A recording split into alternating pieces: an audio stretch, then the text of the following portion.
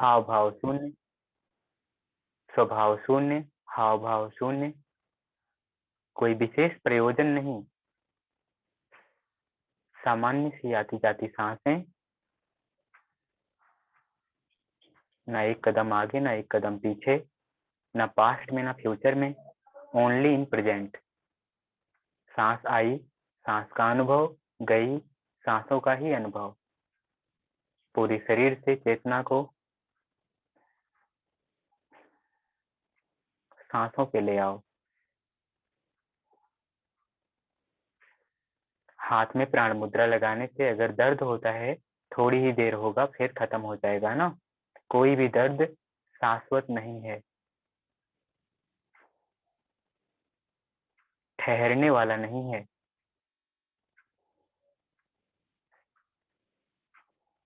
किसी भी दर्द से बाहर आया जा सकता है, बस ध्यान लगाना अच्छे से आ जाए।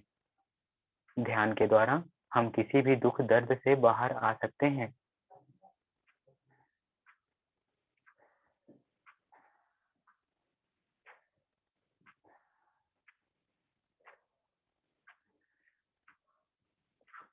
इतनी सामान्य सी सांसें हैं ना।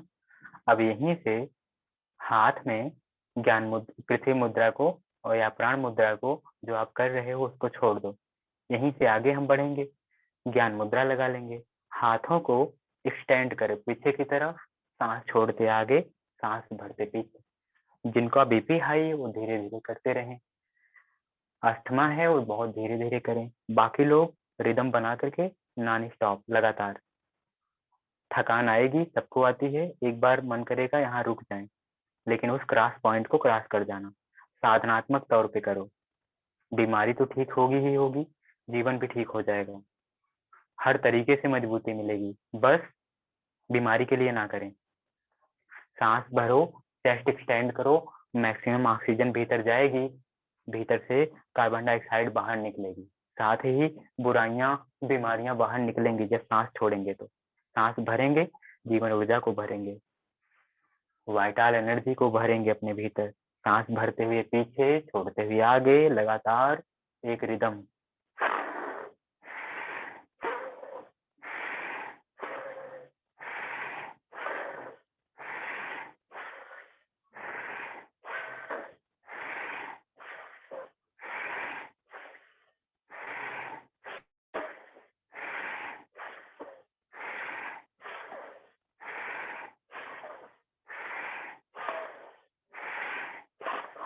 हाथ दुखने लग जाए तो भी करते रहना, हाथ नीचे करके करते रहना, रुकना मत।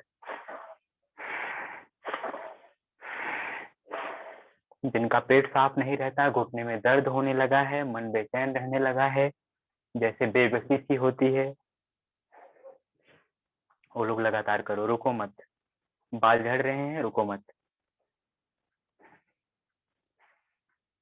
डिप्रेशन वाली कंडीशन बनती है, बिल्कुल मत रुको, लगातार करते रहो। धीरे भले हो जाओ लेकिन रुकना मत।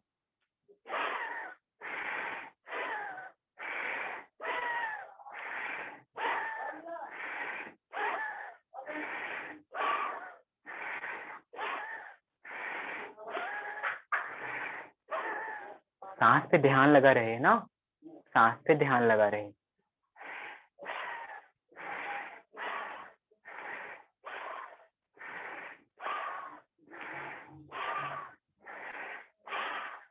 बढ़े चलो, रुकना नहीं।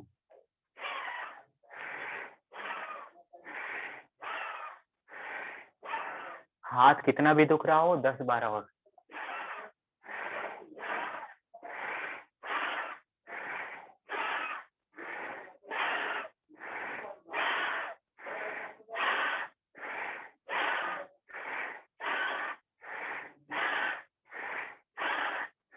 नीचे, हाथ नीचे।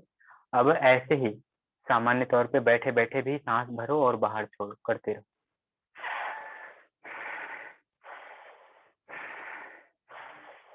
सांस भरने के चक्कर में कंधा ऊपर उठ जाए, उठने दो, लेकिन लगातार करो। सांस भरने और छोड़ने की प्रक्रिया वह समय में आप भी लगातार करो, बहुत धीरे धीरे करो, लेकिन करो, प्रया दीदी करो। अभ्यास छूट जाता है तो एक बार फिर से पकड़ने में समस्या आती ही आती है, लेकिन करना है। हर अच्छे काम में लाभ है, लेकिन करने में मुश्किल आती है।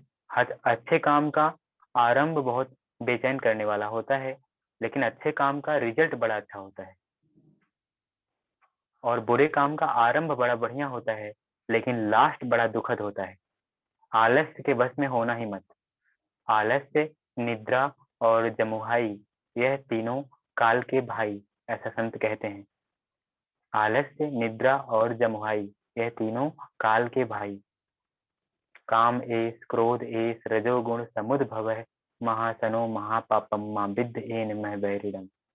अविद्या की वजह से जो काम सही है वो गलत लगता है, जो काम गलत है वही सही लगता है।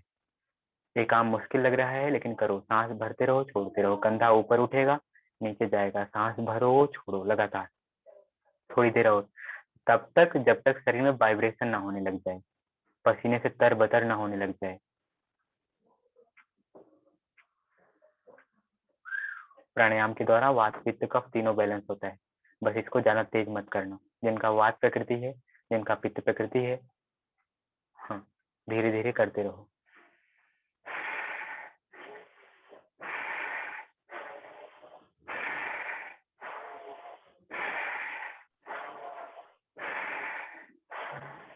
ज्यादा से ज्यादा भरो, ज्यादा से ज्यादा छोड़ो। लीना मैम करो, थोड़ा सा करो। हाँ, बहुत अच्छा अर्चना दीदी, हिम्मत नहीं हारना है। कितनी भी मुश्किल हो, क्रॉस करेंगे इसको।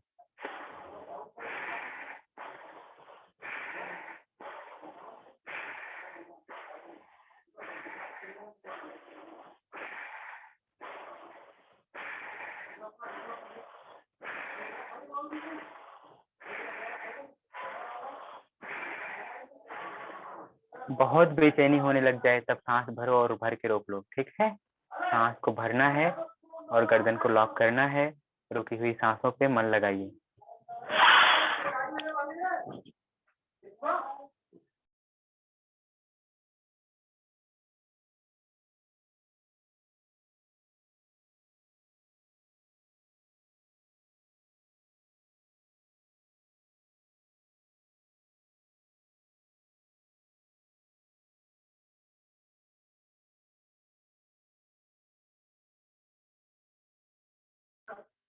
जब तक सांस को रोक पाए, सांस को रोकना है। अपनी ठुड्डी को गर्दन में बने हुए गड्ढे में लगाना है पंकज। मन को बेचैन होने से बचाने के लिए बहुत जरूरी, सांस को फेफड़े में भर के रोकना और फेफड़े में रुकी हुई सांस पे मन लगाना, आंखें बंद रखना। और तीसरी जरूरी बात, ठुड्डी को अपने गर्दन के गड्ढे में एकदम धसा के लगाना। थायराइड पैराथायराइड में लाभ तो मिलेगा। इसके अलावा मन जो बेचैन होता है, बार बार दिन में भटकता है, छोटी छोटी चीजों पे भाग जाता है, आलस से प्रमाद रहता है, मानसिक बेचैनी रहती है, वो खत्म हो जाएगी। बहुत अच्छा नीता मैम, अच्छा हो रहा है। माथे पे जरा सा सिकन ना हो, कोई तनाव ना हो, बिल्कुल रिलैक्सेशन हो चेहरे पे। जब तक क्षमता हो रोक के रखो। जब लगे अब नहीं भीतर रुकेगी तभी जाके गर्दन ऊपर उठाओ। और सांस रोकने से किसी को कोई नुकसान नहीं होने वाला, बस अस्थमा पेशेंट अधिक समय तक सांस ना रोकें।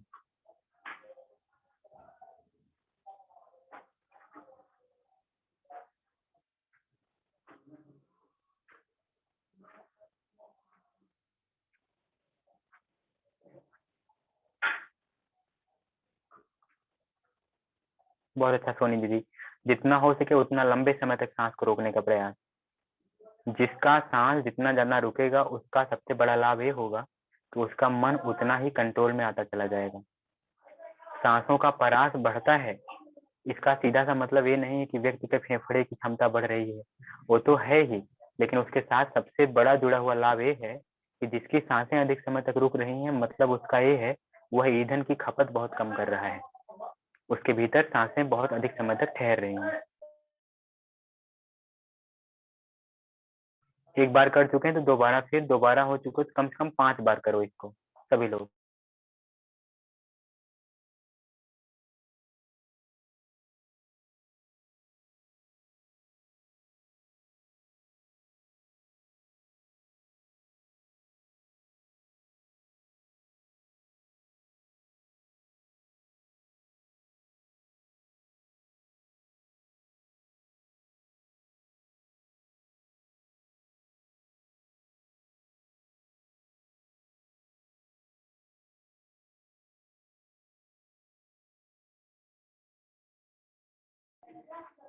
2 बार हो जाए तो तीसरी बार फिर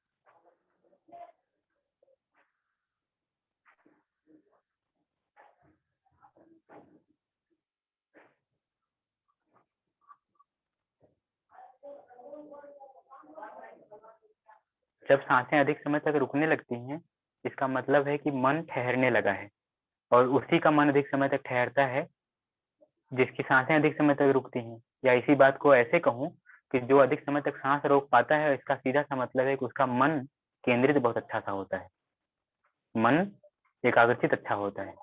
और जो एकाग्रचित होगा अच्छा, उसको आप समझते ही हैं कि उस एकाग्रचित होने से उसके सारे के सारे काम सफल होने लग जाएंगे, क्योंकि लेंस से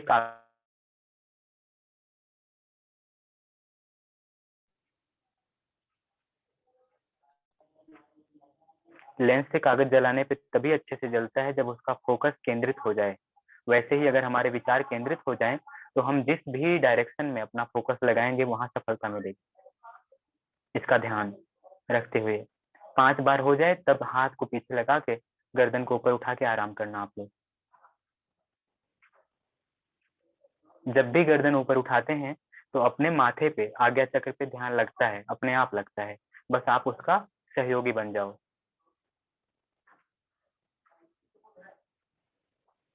ध्यान लगने का मतलब ये नहीं होता कि आज्ञा चक्र पे माथे पे जहाँ बिंदी लगाते हैं वहां पे कोई खिंचाव होगा, कोई चीज घूमेगी, या हम लोग अपनी आंखें ऊपर उठा के उधर देखेंगे। बहुत सारे लोगों को लगता है ध्यान लगाने का मतलब आंखें चढ़ा लेना, आंखें चढ़ा के ऊपर माथे को घूरना।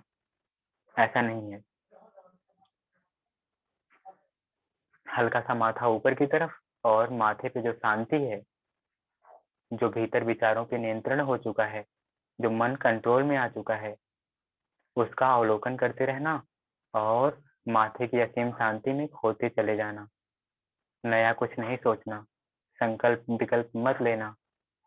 सांस अंदर जाए, वापस बाहर आए, माथे को टच करके जाएगी अंदर, माथे को छू करके आएगी बाहर, क्योंकि नासिका का टर्निंग पॉइंट जहाँ जाके नासिका खत्म होती है वह आज्ञा चक्र ही है, माथा ही है।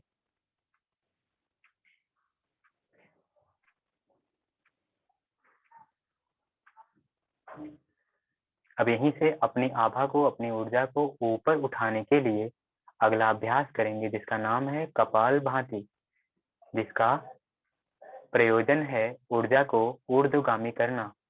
किस ऊर्जा को? उस ऊर्जा को जो हमारे चक्रों में नीचे से ऊपर की तरफ उठती है, जिसका नाम है कुंडलनी शक्ति। ठीक है, उसी कुंडलनी को कमर के चक्रों के सहारे ऊपर की तरफ उठाया जाता है। तो कुंडलनी जागरण प्राणायाम के थ्रू भी होता है। तो कुंडलनी को स्पेसिफिक अपना लक्ष्य ना बनाएं, जो होगा देखा जाएगा। हमें बस अपनी चेतना के स्तर को ऊपर उठाना है, अपने निम्न केंद्रों से मानसिक स्तर को ऊपर उठाना है, आलस्य प्रमाद से बाहर आना है। तो क्या करना है? कपाल भाती का अभ्यास करना है। रही बात बीमारियों की, पेट ना साफ होने की, चेहरे पे चमक ना रहने की, टॉक्सिन इकट्ठा होने की, लीवर में एसजीओटी एसजीपीटी बढ़ने की, किडनी से जुड़ी समस्याएं होने की, आंतों को अच्छे से साफ ना कर पाने की, जिसकी वजह से कब्ज रहता है, जिसकी वजह से गाउट, गठिया, यूरिक एसिड बढ़ता है, क्रिएटिनिन बढ़ता है, किडनी खराब होती है, ये सारी समस्याएं एक साथ सही कर सकता है कपालभाति। तो क्या करना होता है इसमें? इसमें सांस बाहर छोड़ी जाती है। तो क्या है, जब सांस बाहर छोड़ी जाएगी, अभी हमने जस्ट इसके पहले बताया कि नाक से सांस अंदर लेंगे तो माथे को जाके छुएगी, तो वहां से नीचे की तरफ घूमेगी, क्योंकि यहाँ से ऊपर चढ़ती है ना, फिर यहीं से घूम जाती है नीचे सांस न लेंगी। तो क्या होगा? इससे ये होगा, जब माथे को छू करके वापस अंदर जाती है तो पक्की सी बात है कि जब हम बाहर छोड़ेंगे तो लास्ट टर्न पॉइंट उसका यही रहता होगा, आज्ञा चक्र ही। यहाँ पर आती होगी, यहीं से घूमती होगी। जब कोई ऐसे कर रहा है ये मैं गलत करके दिखा रहा हूँ ताकि सही सीख पाए आप लोग। गलत इसलिए कर रहा हूँ ताकि आप देखें कि यहाँ सिकुड़न आ रही।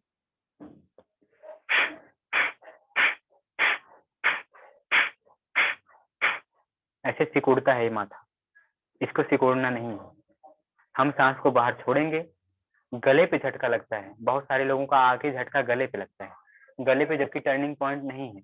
तो क्यों गले पे लगता होगा? जरा सा जरूर आगे रहते होंगे।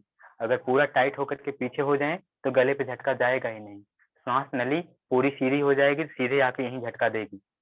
तो आज्ञा चक्र पे ही ध्यान लगाना होता है कपालभाति में। दूसरा ध्यान कहाँ? मूलाधार पे, क्योंकि नीचे से सांस बाहर छोड़ रहे हैं, नीचे से निर्वात हो रहा है, सारी हवा निकाली जा रही है। तो नीचे से जो हमारे अंग हैं वहां से निर्वात पैदा होगा, तो हमारा जो ओज है, ओज को कहते हैं लिक्विड फॉर्म में होता है, ओज धीरे धीरे ऊर्ध्वगामी होने लगेगा। तो शारीरिक जो ओज है बढ़ेगा, मानसिक ओज बढ़ेगा, वाणी का ओज बढ़ेगा। आज कोई हमसे कहा, इस एग्जाम्पल से आप समझेंगे इसलिए मैं बता रहा हूँ, कोई हमसे कहा योग करते हो तो इसको प्रमोट करो, बैनर पोस्टर लगाओ, लोगों को बताओ, इससे आपकी मार्केटिंग होगी। तो हम उनको समझाना तो चाहे, लेकिन शायद वो समझना नहीं चाहते थे, क्योंकि वो है मानसिक चेतना की बात होती है। कोई किसी स्तर की बात समझता है, कोई किसी और स्तर की बात समझता है। तो हर बात को हर किसी के सामने नहीं कहना चाहिए। अगर कोई आपके दुख और पीड़ा को समझ सकता है और समझ के उसका निदान बता सकता है तभी उससे कहना, नहीं तो वो पीड़ा वो दुख मल्टीप्लाई कर देगा। तो उनकी कहने की बात थी कि आप अपने योग को प्रमोट करो, बैनर पोस्टर लगाओ, लोगों के बीच में प्रमोट करो, इसको फैलाओ चारों तरफ, इससे लोग जानेंगे तो जुड़ेंगे। बात उनकी भी सही थी, गलत नहीं है, लेकिन योग की भी बात सही है। अभी जिस बात हो रही है ना ओज को ऊपर बढ़ाने की, बीमारी सांस फूंकने से थोड़े ना जाएगी। ओज प्रखर होगा, ओज ऊर्ध्वगामी होगा, तब बीमारी जाएगी। आप ही सोचो, पेट बाहर फेंक रहे हो लगातार, सांस बाहर फेंकने से आंतों की मसाज हो जाएगी, ठीक है, ये बात तो समझ में आती है। आंतों पे झटका पड़ रहा है, आंतों में ब्लड सर्कुलेशन सही हो जाएगा, ये बात समझ में आती है। आंतें स्थिर रहती हैं, उनका मोशन ठीक हो जाएगा। डॉक्टर हाथ में पेट डाल के यही देखता है आंतें कहीं कड़ी तो नहीं हो गई हैं। अगर आंतें कड़ी हो गई तो पक्की सी बात है इसका कॉन्स्टिपेशन पुराना हो चुका है, इसको कब्ज रहता है, इसकी वजह से इसका पेट ठीक नहीं हो रहा है। तो ये कपालभाति करने से पेट ढीला हो जाएगा। जो कर रहे हैं करते रहो। और बात सुनो, बात बड़ी लाख टके की है ये वाली, कपालभाति के बारे में। कपालभाति के बारे में जो मैं बोल रहा हूँ कि ओज ऊपर चढ़ाना, ओज ऊपर चढ़ता ही चढ़ता है। कैसे? ऐसे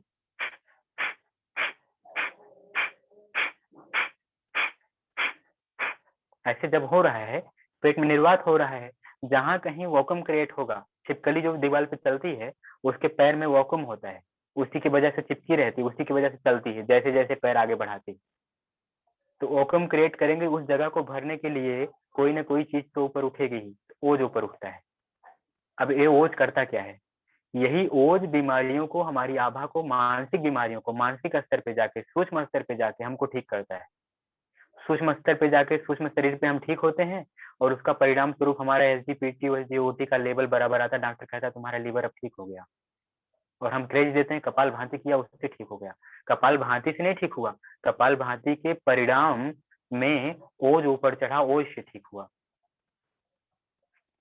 ठीक है, ओज को ऊपर चढ़ाना, ओज से ठीक होना है। ओज को ऊपर चढ़ाओ, मार्केटिंग बिना किए ही मार्केटिंग हो जाएगी, बिना मार्केटिंग किए मार्केटिंग हो जाएगी। आपका यश कीर्ति फैलेगा। यश कीर्ति कहने से नहीं फैलता कि मैं अपने बारे में खुद बताऊं, आप अपने बारे में खुद बताओ कि मैं बहुत बढ़िया मूर्तिकार हूँ, मैं बहुत बढ़िया चित्रकार हूँ, मैं बहुत बढ़िया कविता लिखता हूँ। लोगों को बताने की जरूरत नहीं पड़ेगी, वो चीजें अपने आप, वो प्रखरता जंगल से निकल के शहरों में पहुंचेगी। योग में बोलते हैं इसके बारे में। योग में महर्षि पातंजलि ने योग सूत्रों में लिखा है कि जब भी कोई योगी प्रखरता पे चढ़ने लगता है तो सबसे पहले जो संभ्रांत वर्ग है उसको पता चलता है कि यहाँ पे कोई योगी है, इसको पिकअप कर लेना चाहिए। क्योंकि संभ्रांत वर्ग जिसे हम कहते हैं, जिसे अमीर वर्ग कहते हैं, वहां पर जाने के बाद विलासिता का स्तर और बढ़ जाता है।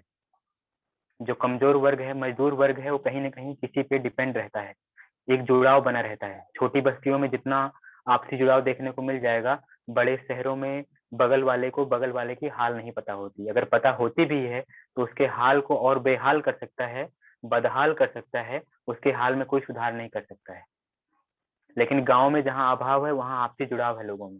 तो जो कपालभाति कर रहे हैं अभी भी ठीक है, कर चुके हैं, तो इसके बाद ही सांस को बाहर फेंको। अगर पेट साफ है तो बाहर फेंको, पेट को अंदर पिचका लो, नीचे से एनस को बार बार ऊपर खींचो, गर्दन को लॉक कर दो।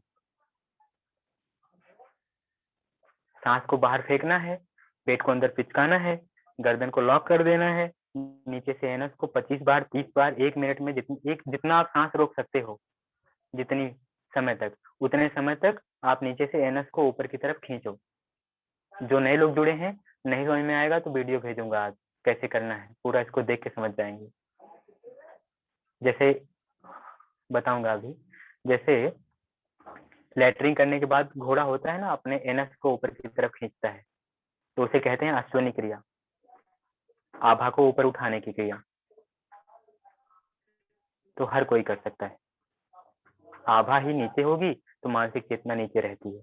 लाख चाह करके भी हम अच्छा काम नहीं कर पाते, प्रवचन सुन करके भी हम अच्छा काम नहीं कर सकते, क्योंकि भीतर से अपने आप को चेंज करना है हमको, भीतर से, अपने भीतर से, मानसिक स्तर पे, वाणी के स्तर पे नहीं, बौद्धिक स्तर पे, आवाज के स्तर पे, बोलने के स्तर पे नहीं, ट्रांसफॉर्म करना है भीतर से, कर्म करके।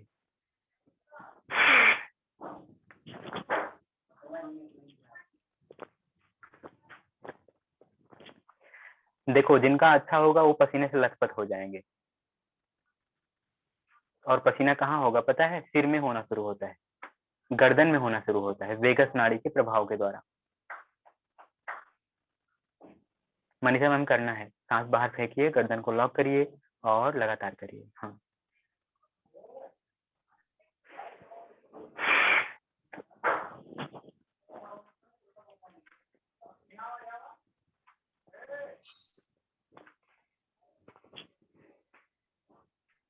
बस 1-2 दिन अगर कोई अच्छे से कर पाता है, मतलब पेट को अंदर खींचना उड्डयन कहलाता है, ठीक है? पेट को अंदर खींच के रखना उड्डयन कहलाता है, और नीचे से एनस को ऊपर खींचना मूलबंध कहलाता है। कोई 2 दिन सर एक बार आप करो ना, अगर सर अगर जी जी जी, हम करते हैं, आप देख लीजिए, हम करके दिखाते हैं, आप लोग देख लीजिए।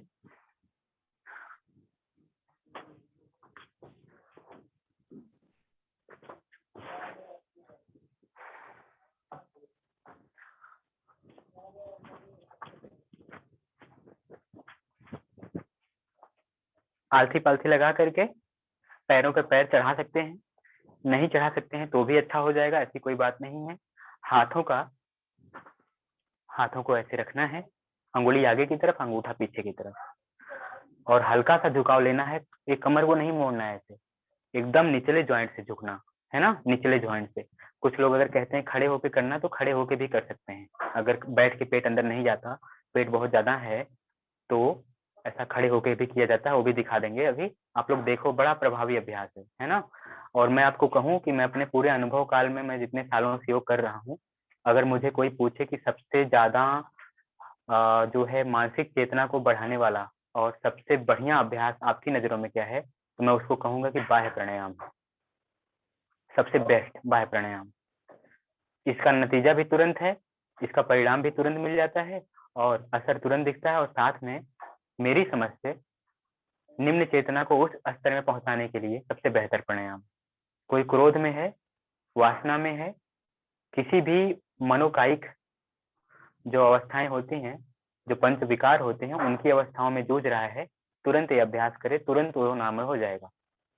मैं इसको और कठिन विधियों से करता रहा हूँ, लेकिन आपको सहज दिखा रहा हूँ, तो पहले इसको देखिए। हाँ, अंगुली आगे है, अंगूठा पीछे है, सांस बाहर फेंक करके तेजी से, है ना, तेजी से सांस बाहर फेंको। कुछ लोगों को लगता है नाक बह जाएगी, अगर ऐसा लगता है नाक बह जाएगी, बेइज्जती हो जाएगी, तो फिर ऐसे कर सकते हो, मुंह से। और नाक साफ करने का वही प्रयोग है, जल नीति रोज करो, नाक से कुछ नहीं बहेगा, फिर नाक साफ हो जाएगी। तो नाक से या मुंह से छोड़ा जाता है। एक बार में पूरा ना हो पाए तो 2 बार में, 3 बार में छोड़ो, ऐसे ऐसे।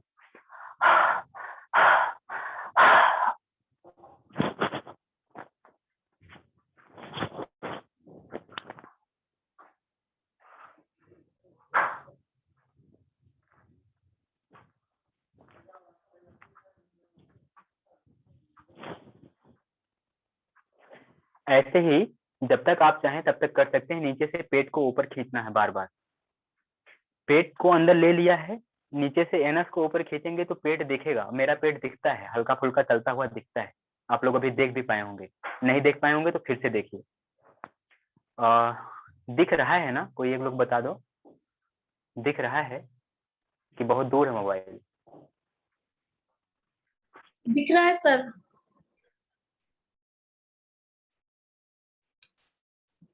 सर दिख रहा है।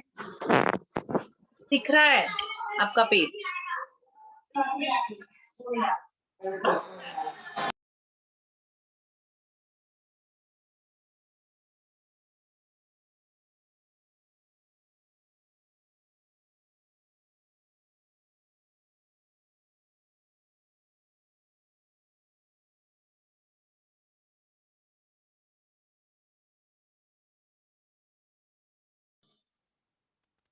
सर स्टैचू हो गए।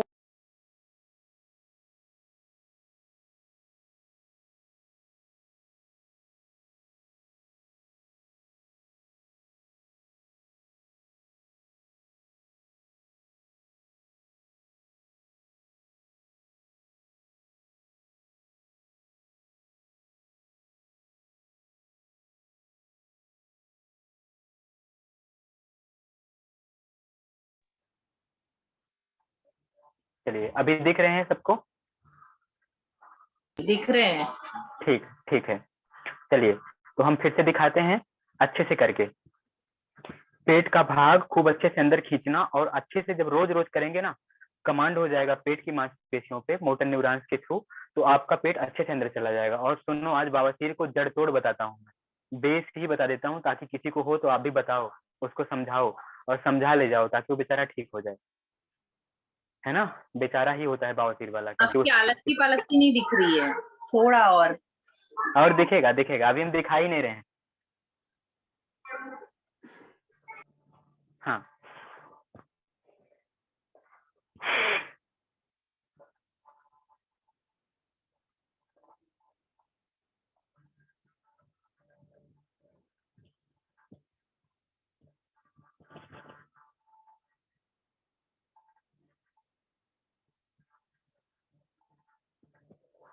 रुकिए, अब दिखेगा। हालांकि सांस तो छूट चुकी है, लेकिन फिर भी करके दिखाता हूँ डेमो के रूप में। अब दिख रहा है ना सही से?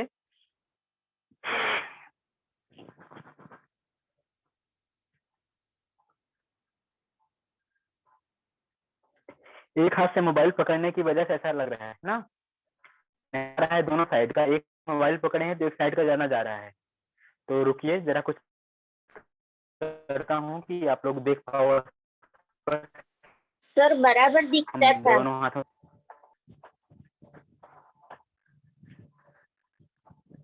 अब दिखेगा बराबर। रुकिए,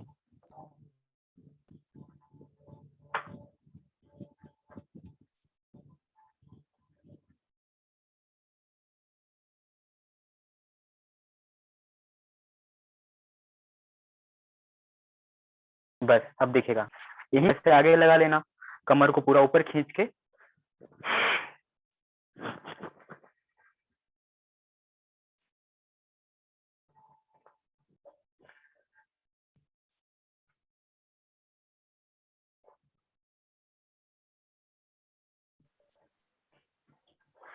शाम को मैं दूध पी लेता हूँ तो थोड़ा सा पेट मेरा फूला हुआ लगता है, तो सुबह अच्छा होता है। तो शाम, एक्सीलेंट।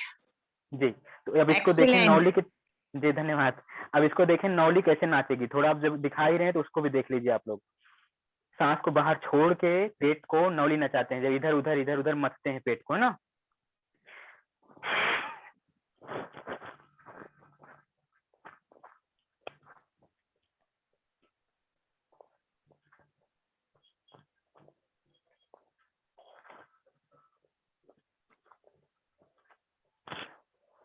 ऐसे पेट में बीच में चली जाएगी आंत। आंत जब बीच में चली जाएगी तो उसको इधर उधर रोटेट किया जाता है। कैसे रोटेट किया जाता है? देखिए, इधर बल लगाऊंगा तो आंत इधर जाएगी, इधर बल लगाऊंगा तो आंत इधर जाएगी। जिधर आप दबाव डालेंगे पैरों पे हाथों से, उसके विपरीत तरफ जाएगी। चलिए देखिए, विपरीत करके दिखाता हूँ कैसे होती है।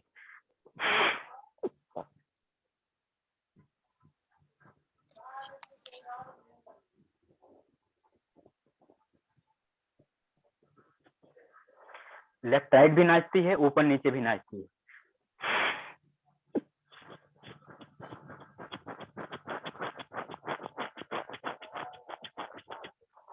ऊपर नीचे फुलाया पचाया जाता है, इसको कहते हैं अग्निसार क्रिया। इतना ही किया मैंने ना, देखो मेरे माथे से पसीना टपक रहा है और मेरा चेहरा देखो, अगर किसी ने गौर से इसके पहले देखा होगा और अब देखा होगा, इतने में ही देखो लाइट कहीं ज्यादा बढ़ गई है। अब इस पे ध्यान दो। अब इसके बाद मैं ये बताना चाहूंगा, जिनको बवासीर होती है उसमें होता क्या है। बवासीर रेक्टम के निचले हिस्से पे होती है। अपने लिए ना सही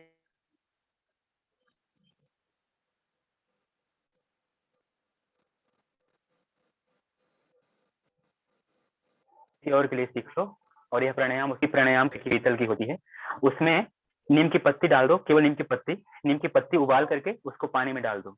उसी पानी में, उसी परात में उसको बैठा दो।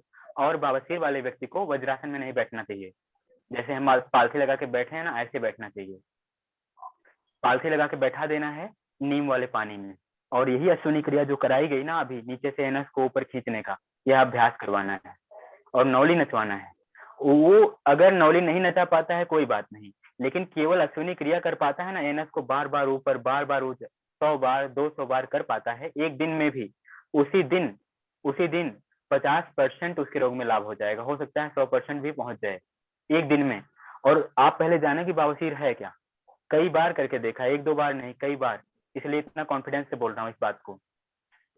बवासीर है क्या, जो हमारा रेक्टम होता है उसके बगल में बहुत सारी ब्लड पहुंचाने वाली नसें होती हैं, सिराएं होती हैं, सिरा बोलते हैं उसको, सिरा और धमनी, इन्हीं के द्वारा ब्लड जाता है और आता है। तो जैसे ब्लड जाता है, आता है, जाता है, आता है, उन हिस्सों पर क्या होता है, मोटापा बढ़ता है शरीर में, शरीर के प्रति अवेयरनेस घट जाती है। जितना स्फूर्तिवान शरीर पतले लोग का होता है उतना मोटे लोग का नहीं होता है। इसका मतलब समझें स्फूर्तिवान का, जितना हमारे ब्रेन से संदेश पतले शरीर में चला जाएगा जल्दी से जल्दी, और वहां का संदेश सिर में चलाएगा जल्दी से जल्दी, उतना मोटे शरीर में नहीं जाता जब शरीर बहुत हैवी हो जाए। तो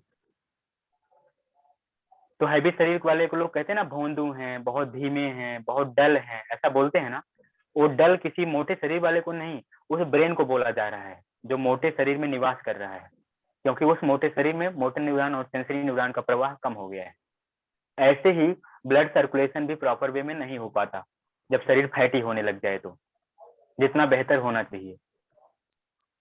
एक कसा हुआ शरीर और एक फैला हुआ शरीर, आप खुद समझ सकते हैं, उस शरीर में सारी चीजें बेकार सी होने लगती हैं धीरे धीरे। तो जो सिराएं होती हैं वहां पे ब्लड जाता है, लेकिन वापस आ नहीं पाता, क्योंकि नीचे से किसी भी पंप को जब पानी ऊपर चढ़ाते हैं तो बल लगाना ही पड़ता है। तो कोई भी जगह से वापस ब्लड को खींचना मुश्किल हो जाता है, विशेष तौर पे रेक्टम वाले एरिया से, क्योंकि वहां पे कोई एक्सरसाइज नहीं करते हम लोग, कोई भी एक्सरसाइज नहीं करते, बल्कि उसको बेकार करने की एक्सरसाइज करते हैं।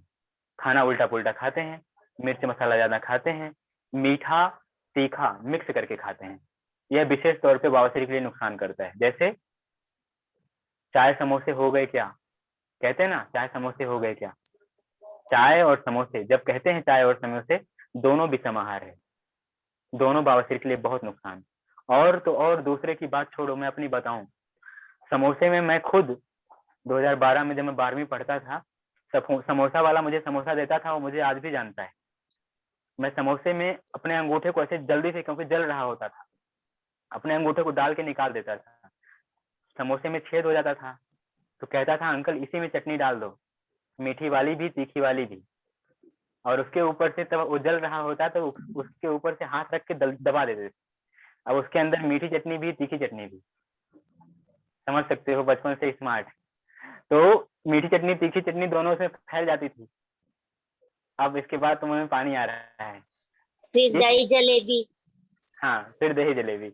नहीं, दही जलेबी नहीं खाते थे, बस समोसे। स्कूल टाइम में भूख लगता था दोपहर में तो खा लेते थे। उसी में से कुछ दोस्तों को बाद में जाके बवासीर हुआ, जो संपर्क में थे और ठीक भी हुए। तो बाद में पता चला कि इस तरह से मीठा तीखा मिक्स करके खाने से बवासीर ज्यादातर होता है, या फिर तीखे सूखे मिर्चे का प्रयोग करने से भी होता है, या फिर दिनचर्या डल हो जाए बिल्कुल तब भी होता है। कब्ज लगातार रहने लगे तो कब्ज ही बवासीर का कारण होता है। बवासीर अपने में कोई बीमारी है ही नहीं, बवासीर को बीमारी नहीं कहते। बवासीर हमारे द्वारा किए गए कामों का परिणाम होता है, बीमारी नहीं होता है। उसको बीमारी नहीं कहते, वह लक्षण है, उभर के सामने आता है बस। अगर हम ऊपर से किए जाने वाले एक्शन को चेंज कर दें तो बवासीर ठीक हो जाएगी। यही गलती होती है, लोग बवासीर को बीमारी मानते हैं, कहते हैं छाड़ सूत्र चिकित्सा करा देंगे, बहुत दर्दनाक चिकित्सा, कहते हैं ऑपरेशन करा देंगे क्योंकि मस्सा बाहर आया है। मस्सा क्या है? जो सिराएं हैं ना, उसी में ब्लड भर गया है, ब्लड वापस जा नहीं पाया, वहीं पे रहते रहते ब्लड, एक तो खराब ब्लड था, ब्लड ने मांस को फॉर्मेट कर दिया, क्योंकि ब्लड से आपको बता चुका हूं ना, रस रक्त मांस मेद अस्थि मज्जा शुक्र बनता है, तो रक्त से रक्त बनेगा, रक्त बना है, रक्त दूषित हो चुका है, सिराओं में भरा पड़ा है, वो वापस आ नहीं पाया, और जैसे ही वापस नहीं आता है, वहां रुका रहता है, उसके रुके रहने से वहां का मांस बनता है, और मांस भी दूषित बनेगा क्योंकि रक्त रक्त दूषित था, और रस दूषित था क्योंकि समोसे वाली चटनी खाई थी मीठी तीखी मिला के। रस दूषित था, रक्त दूषित हुआ, रक्त से मांस दूषित हुआ, तो मांस मस्सा बन के निकलता है नीचे, छोटा छोटा मस्सा बन जाता है, ऐसा लगता है कि कोई फोड़ा फुंसी टाइप का है। फिर क्या है, व्यक्ति अपनी आदत में सुधार नहीं करेगा, अर्श कल्प वटी खाएगा, अर्श हर चूर्ण खाएगा, ये चूर्ण खाएगा, वो चूर्ण खाएगा, केला कपूर में मिला के खाएगा, सब कुछ कर डालेगा, लेकिन अपने मेन रीजन को नहीं बदलेगा, जो समस्या है उस पर वैज्ञानिक तरीके से काम नहीं करेगा।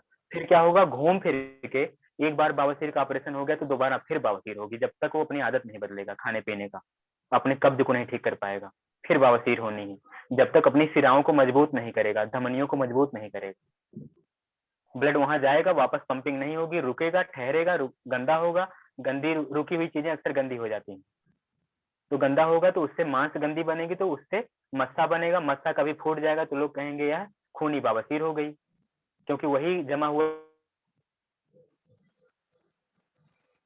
बहुत दर्द हो रहा है। और मस्सा जब तक रहता है ठूंठ बन जाता है, ठूंठ मतलब ठोस एकदम, कैसे सही होगा, ये तो सब जानते हैं इतना कि खूनी बवासीर बादी बवासीर, इनका उपचार में क्या करते हैं, क्षार सूत्र चिकित्सा वाले क्षार का लेप लगा के सूत्र बांध देते हैं, बहुत दर्द होता है, वो मस्सा वाला एरिया बांध देते हैं ताकि वह धीरे धीरे क्षरित होकर के वापस निकल जाए बाहर। एक तो उसको ठीक कर दिया, दूसरा निकल जाएगा भाई बगल में, जब तक कारण नहीं सही करोगे। वो रक्त बीज है ना जिसका संहार करती है माता, एक एक एक गर्दन काटती है, उसका एक बूंद खून टपकता है, फिर दूसरा खड़ा होता है, वही कंडीशन बवासीर में। ऑपरेशन कराए हुए लोगों के संपर्क में अगर आप हो तो आप जानते हो कि उसके बाद भी वो शिकायत करते हैं कि अभी भी मैं ठीक नहीं, मुझे फिर से समस्या हो रही है। मैं हूं ऐसे संपर्क में, एक बार हो गया, 2 बार हो गया, और ऑपरेशन ही ऑपरेशन। तो कोई निदान इसका उस तरह से नहीं जब तक हम अपनी तरफ से निदान ना करें, और सबसे तगड़ा निदान यही है कि उस जो ब्लड जमा है उसको वापस उन सिरिकाओं को फिर से संचालित कर देना, आश्वनी क्रिया कर करके 50-100 बार, 50-100 बार 3-4 दिन करो, बस 3-4 दिन में रिजल्ट देखो, पहले दिन में ही आराम दिखता है, लगता है बड़ा आसान हो गया अब पेट साफ होना। और सुनो, जिनको कब्ज रहती है, नीचे की तरफ प्रेशर लगाते हैं पेट साफ रखने के लिए, गलत काम करते हैं। योग में लिखा गया है कि जब आपको लगता है आपका पेट साफ नहीं हो रहा है, एक तो सामान्य छोड़ दो शरीर को, रिफ्लेक्सिव एक्शन, अपनी तरफ से कोई एक्शन करो ही मत, कर्मानुकुंचन प्रकुंचन, ये दोनों रेट को बिल्कुल ढीला छोड़ दो। बहुत सारे लोग जल्दबाजी के चक्कर में प्रेशर लगाते हैं, बल्कि पेट और नहीं साफ होता, बल्कि थोड़ा सा अगर होता भी है तो लगता है कि संतुष्टि नहीं मिली, और मिलेगी भी नहीं, क्योंकि हमारी आंतों का जो नेचुरल मोशन था उस पर हमने दबाव डाल दिया, तनाव डाल दिया, और तनाव डालते ही पेट नहीं साफ होगा। क्या करना चाहिए, शौचालय में मेडिटेशन जैसी कंडीशन करनी चाहिए, सहज हो जाना चाहिए, वहां पे दबाव नहीं डालना चाहिए ब्रेन पे कि जल्दी हो जाए, ऐसा प्रेशर नहीं। इसके उल्टे क्या बोला गया योग में, अश्वनी क्रिया करनी चाहिए। अगर शौच पेट सही से साफ नहीं होता तो आप पाएंगे कि अश्वनी क्रिया करते ही आंतें स्टिमुलेट हो जाएंगी और आराम से पूरा का पूरा पेट साफ हो जाएगा। ठीक है, तो बवासीर वालों को ऐसा समझाना कि अपने गलत आहार विहार को चेंज करो, तेलीय तीखा इस तरह का भोजन त्यागो, भोजन खाते हो तो चबा चबा के खाओ, इतना चबा के खाओ कि भोजन की लुगदी मुंह में ही टूट जाए, आते उसको पानी जैसा बना दें, और जब पेट साफ हो तो पेट ठोस ना रहे, मतलब मैदा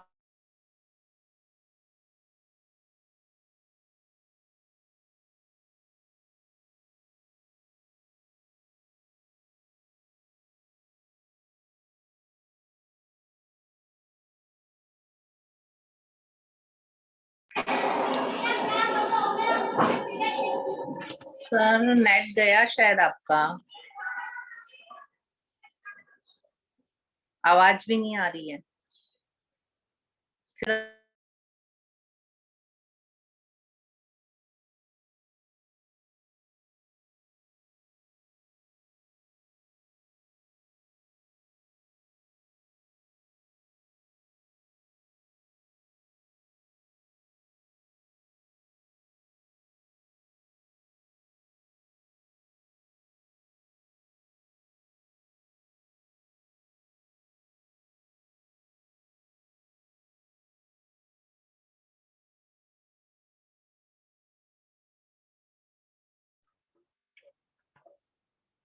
हाँ, वीडियो कनेक्शन कट गया था। अभी ठीक है आवाज? हाँ अभी आ गई आवाज। ठीक है दीदी, ओके। कोई बोल रहे हैं, बोलिए मत, हमको बोलने दीजिए, नहीं तो आपको स्पॉटलाइट से कर देते हैं। आप बोलिए। ठीक है, चलिए शुरू करते हैं। इस तरह हम इस अभ्यास को करके अपने आप को ठीक कर सकते हैं ना। अश्विनी क्रिया न केवल बवासीर ठीक करेगा, इसको हल्के में मत लेना। अश्विनी क्रिया आराधना पूजा पाठ करते समय मानसिक चेतना को ऊपर उठाने के लिए भी किया जाता है। ठीक है, चलो इसको किया। अब हम लोग अनुलोम विलोम कर लेते हैं। एक मिनट भैया, वो आपने जो नीम वाला बताया था वो फिर से बताइए। हाँ दीदी, नीम की पत्ती, एक मुट्ठी पत्ती ले लीजिए, एकदम सबसे बेहतर। जैसे खूनी बवासीर है या बादी बवासीर है, वो वहां पे कड़ापन आ जाता है, ठोसपन आ जाता है। तो क्या करना, नीम की पत्ती को खूब पानी में बॉईल करना, उस पानी को उस कड़वा परात में डाल नीम, देना। भगोने में कड़वा बॉईल किया और परात में डाल दिया, बड़े से टब में डाल दो। परात आप नहीं समझ रहे हो, परात मतलब एक बड़ा सा। हाँ, कड़वा नीम। हाँ, नीम का पत्ती मिल जाए, नीम की पत्ती नहीं मिलती तो नीम का तेल इस्तेमाल कर सकते हैं। उसमें डाल दिया, उसी में पालथी लगा के बैठना, ठीक है। और जो नीम की पत्ती थी उसको अपने एनएस पे रख देना, उसका लुगदी बना के उसको अपने एनएस पे रख देना। उसके बाद सांस को बाहर छोड़ के नीचे से एनएस को ऊपर खींचना। नीम का रस का वस्ती हो जाएगा, वस्ती मतलब एनिमा हो जाएगा। नीम के रस का एनिमा होते ही आपकी आंतें ढीली पड़ जाएंगी, पेट सही होने लग जाएगा, नरम हो जाएगा, दर्द खत्म हो जाएगा। ठीक है, आप लोग का पुराना हो वीडियो रुक तो गया भी है। कर सकते हैं। अगर हाँ, पुराना बवासीर हो, अगर किसी को पुराना बवासीर हो तो भी पुराना कर हो, सकता है वो। कितना भी पुराना हो, चाहे नया हो चाहे पुराना हो। हाँ, सर एक बात पूछनी थी। एक ही उपचार रहेगा। ठीक जी, ये अश्विनी क्रिया है, पूछिए। जैसे हम लोग अपना श्वास छोड़ के करते हैं, तो अभी कभी कई डॉक्टर ऐसे बोलते हैं ऐसे एक्सरसाइज नीचे का एक्सरसाइज करना चाहिए, तो वो हम ऐसे ही बैठ के कर सकते हैं कि ऐसे हाँ, श्वास ऐसे छोड़ कर के ही सकते हैं। नहीं, श्वास छोड़ना जरूरी इसलिए हो जाता है कि श्वास जो व्यक्ति छोड़ेगा, जिसका पेट अंदर पचकेगा, वही नीचे से अच्छे से अश्विनी क्रिया कर पाएगा। जब तक पेट में हवा भरी रहेगी तब तक अच्छे से नहीं हो पाएगा, इसलिए सांस छोड़ना जरूरी हो जाता है। ठीक है, हाँ ठीक है। जीना मैम, ठीक। और खड़े होके भी किया जाता है, तो खड़े होके वही घुटने पे बल दे दिया जाता है, तो पेट अच्छे से अंदर जाता है। जिनका पेट ज्यादा हो वो खड़े होके देख लो, थोड़ा सा ऐसे घुटने पे हाथ रख देते हैं, है ना। पैरों के बीच में कंधे जितनी दूरी दे देते हैं। पैरों को आउट साइड खोल के रखना, ये चीज ध्यान देना आप लोग, है ना। ये जो पैर है मेरा, देखो आउट साइड मैंने फैला के रखा है, इन साइड मत कर लेना, ऐसे बराबर भी मत करना, आउट साइड खोल के रखना, तब अच्छा होगा। यहाँ हल्का सा ऐसे झुकाव लेना, घुटने पे बल देना, घुटने पे बल दे के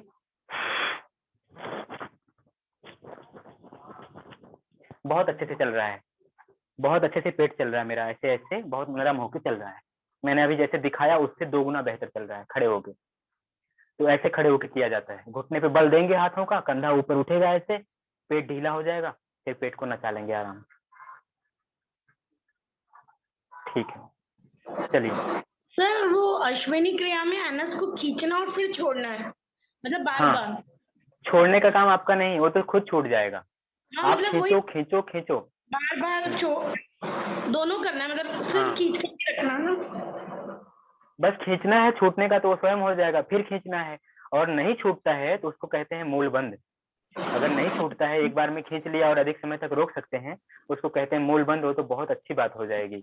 अगर आप एक बार में खींच के और अधिक समय तक रोक पाते हैं तो बहुत अच्छी बात हो जाएगी। लेकिन जिनको बवासीर है उनके लिए अश्विनी क्रिया ज्यादा सहायक होगी। अंजलि दीदी कुछ कहना चाहती हैं सर आप? कंफ्यूज हो गए, जो ये पेट का जो आप कर रहे थे वो मैं ये अश्वनी क्रिया खाली सांस को ऊपर रख के और मूल बंद लगा के अपना खींच कर और फिर बाहर पर उसको अश्वनी क्रिया बोलेंगे ना? हाँ देखिए, अब बता रहे हैं। हाँ अब बता रहे हैं फिर से। सांस को भीतर भरना, बाहर छोड़ना, पेट को पिचकाना, नीचे से एनस को ऊपर खींचते रहना। ये पेट को अंदर बाहर करना ये अलग मामला है। पेट को अंदर खींच के अंदर रखना और नीचे से एनस को खींचते रहना वह अलग है। वह जो अलग मैं बोल रहा हूँ कि पेट को अंदर खींच के नीचे से एनस को खींचते रहना, वही अश्वनी क्रिया है। पेट को हिलाना डुलाना यह अग्निसार क्रिया है। नीचे से केवल एनएस को खींचते रहना अश्वनी क्रिया है। पेट को हिलाना डुलाना अग्निसार क्रिया है। अग्निसार क्रिया सहायक होती है अश्वनी क्रिया में, क्योंकि पेट को हिला डुला दिया तो पेट नरम हो जाएगा। नरम पेट को अंदर खींच पाओगे, अधिक समय तक रोक पाओगे। मतलब पहले अग्निसार क्रिया करो, उसके बाद अश्विनी क्रिया करो। अश्विनी क्रिया में आकाशीय मुद्रा एक आती है, आकाश गमन की क्रिया की जाती है, उछला कूदा जाता है। वो सब मैं अभी करके आप लोगों को नहीं दिखाया हूँ कभी। वह जरूरी क्रिया भी की जाती है उसमें। वो उछल ऐसे बैठे बैठे उछला जाता है। तो आप लोगों को मैं करके दिखाता हूँ उतना ही जितना आपके काम का हो। स्पेशल कुछ जानना हो तो बताइएगा। साधु बनना है, घर को छोड़ के बाहर भागना है तो बताइएगा, नहीं तो इतने से काम चलते रहे। ठीक है, नहीं तो मन बड़ा अजीब अजीब करता है। मन करता है आप घर छोड़ के चले जाएं। ऐसा होता है, लगता है कुछ अच्छा नहीं लग रहा है। अब वैराग्य जैसा अपने आप आने लगता है, अगर कुछ ऐसी प्रक्रियाएं हैं जिनको कर दिया जाए तो। कठिन प्रक्रियाएं हैं कुछ, थोड़ी सी जटिल हैं, लेकिन उनको कर दिया जाए तो वैराग्य जैसा भाव आने लगता है। लगता है सब मोह माया है और दिन भर में बार बार लगेगा। तो सिखा आप अपने दीजिए घर में भैया। सिखा दें तो फिर हमारे ऊपर आपके घर वाले लोग हमको केस कर देंगे, कहेंगे क्या नहीं, सिखा वो भी दिए। यही चाहते हैं।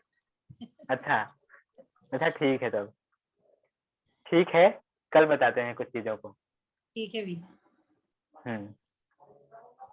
ठीक है, अनुलोम विलोम आप लोगों ने कर लिया। चलिए भ्रामरी करके समापन कर देते हैं, क्योंकि समय कुछ ज्यादा हो चुका है। भ्रामरी 5 बार से कम मत करिएगा। 5 बार भ्रामरी, कान बंद, आंखें बंद, और जो भीतर गुंजार होगा उससे पूरा फोकस लगा दो।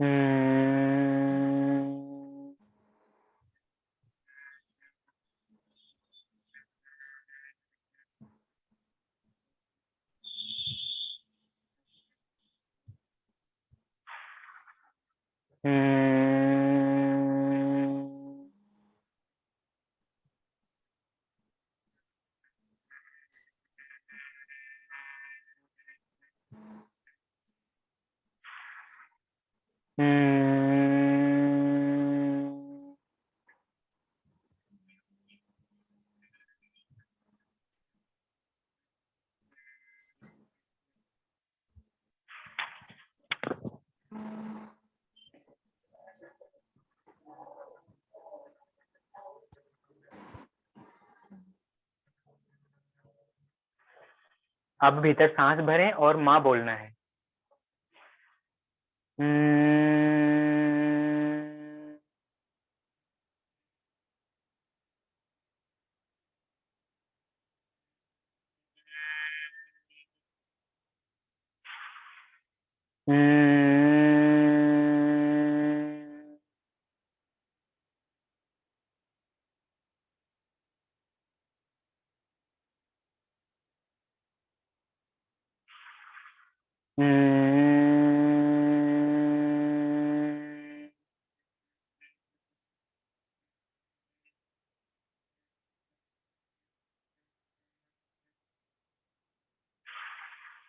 तीन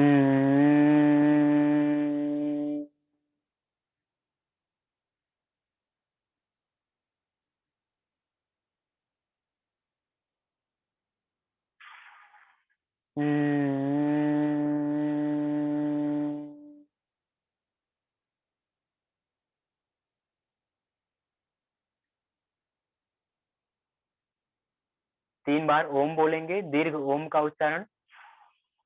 ओ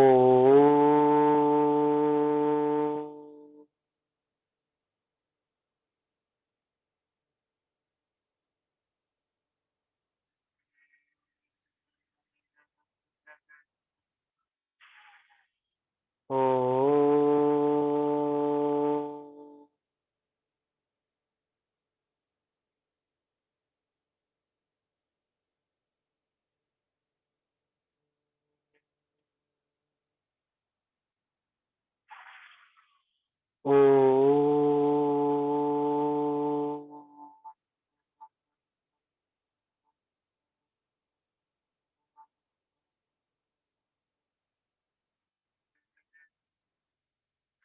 दोनों हाथों को सिर के ऊपर उठाएं, तनाव दें, खूब खींचें ऊपर हाथों को, आपस में रब करें खूब।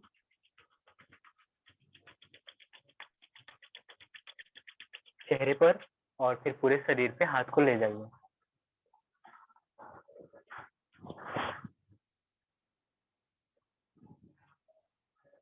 माता पिता गुरु को प्रणाम, आप सभी को प्रणाम, सभी को जय जिनेन्द्र, जय श्री कृष्णा।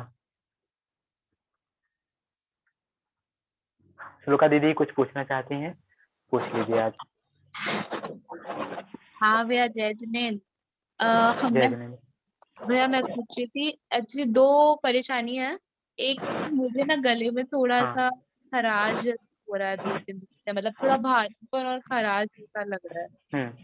और एक मेरी मदर इन लॉ है, तो उनको ना मुंह में बहुत ज्यादा कसेला जैसा लग रहा है, मतलब कड़वा जैसा, और तो कुछ खाना भी नहीं भा रहा है। कल तो उनको मतलब दस्त भी हो गई थी, तो आज अच्छा हमने उनकी शायद हमने देखा तो लगा कि शायद थोड़ी सी अच्छा। धरन है, तो थोड़ा धरन बिठाया उनका। बट अभी भी उनमें बहुत जैसे कड़वा हाँ कड़वा कुछ भा नहीं रहा है खाने में। बस बस, जी दीदी हम समझ गए समझ गए। तो हाँ उनको हम अलग से बताते हैं। अभी आप अपने लिए क्या करो, आप अदरक इस्तेमाल में करते नहीं हो, त्रिकटु चूर्ण आप मंगा लो। अगर मुंह में ऐसा लग रहा है, गर्दन में कुछ ऐसा खिंचाव जैसा है, खिसके जैसा बना हुआ है, या तो अदरक फिर खाती हूँ। त्रिकटु चूर्ण हल्का सा गुड़ में मिला करके सुबह दोपहर शाम। अदरक खाती हैं तो फिर अदरक के रस में शहद भी, अगर खाती हैं तो शहद मिला लो, शहद नहीं खाती हैं तो गुड़ मिला लो। अदरक के रस में गुड़ मिला करके सुबह दोपहर शाम इसका सेवन हाँ करो, गले की खराश धीरे धीरे कम होगी।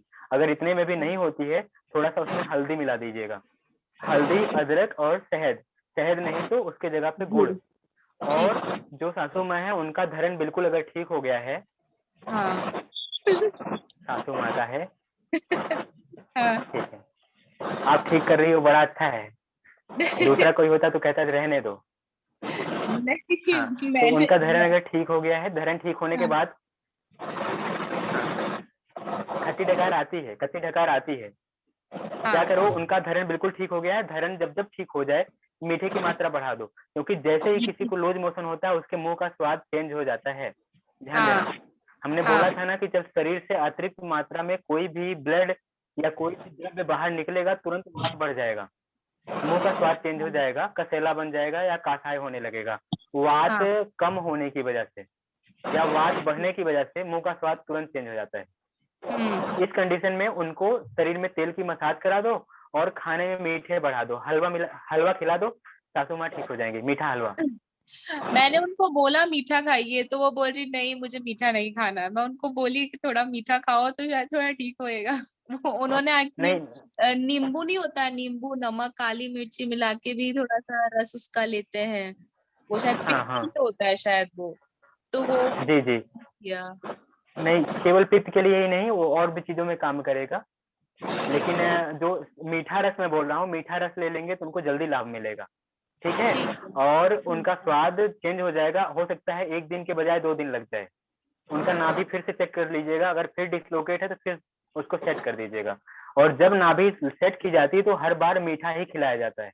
नाभि सेट किया, उस व्यक्ति को उठा के बैठाया, उसके बाद उसको पानी पिलाओ, लेकिन उसके पहले मीठा खिलाओ। मीठा खिलाया जाता है तो धरण अपने स्थान पे अच्छे से बैठ जाती है। ठीक है। हाँ। सभी को जय जिनेंद्र। जय जिनेंद्र। जय जिनेंद्र।